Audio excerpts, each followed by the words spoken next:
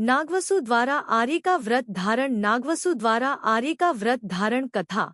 जब भवदेव अपने बड़े भ्राता भावदेव मुनिराज को विनयपूर्वक वन जंगल तक पहुंचाने गए थे, तब आचार्य संघ का दर्शन पा और आत्महितकारी उपदेश श्रवण कर भवदेव के मन में एक द्वंद्व पैदा हो जाने से वे बहुत समय तक घर वापस नहीं आए।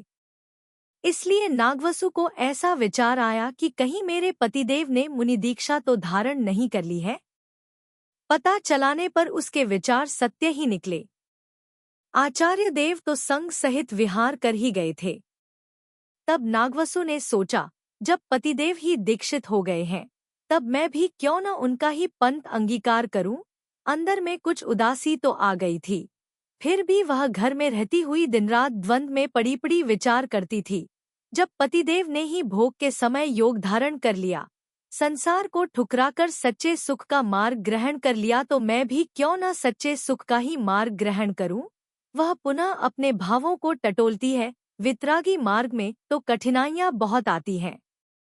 मैं उपसर्ग प्रेषों को कैसे सहूंगी। वन खंडों की सर्दी, गर्मी, भूख, प्यास आदि की बाधाओं को मेरा यह कोमल शरीर कैसे सहेगा। मैंने यह मार्ग कभी देखा ही नहीं, क्या पता मैं इसका निर्दोष पालन कर पाऊंगी या नहीं, इत्यादि। पुनः इसके भाव पलटते हैं। अरे गजकुमार, सुकुमाल एवं सुकौशल जी आदि तो मेरे से भी अधिक सुकोमल तन के धारी थे। बाह्य साधन सामग्री भी बहुत थी, फिर भी उनने यह कुछ भी नहीं सोचा। बस जैसे वे अपने हित के मार्ग पर निकल पड़े थे, वैसे ही मुझे भी कुछ नहीं सोचना है।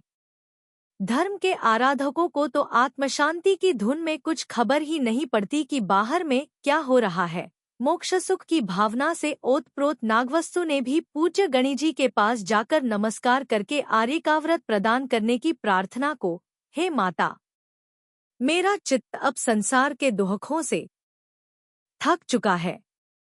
मैंने धर्म से परामुख होकर नरकनिगोद के अनंत दुहख सहे हैं। अब मैं शांति चाहती हूँ। इसलिए हे माता, मुझे आत्मशांति को देने वाली दीक्षा देकर अपनी शरण में लीजिए। तभी पूज्य गणि जी ने नागवस्तु को पात्र जानकर आर्यिका के व्रत प्रदान किए। सम्यक दर्शन एवं देशव्रतों से सुशोभित नागवस्तु आर्यिका जी भी खूब अध्ययन एवं ध्यान में रत होकर उग्र तप करने लगी। उनने भी अपनी भूमिका के योग्य सर्वोत्कृष्ट दशा को अंगीकार कर लिया।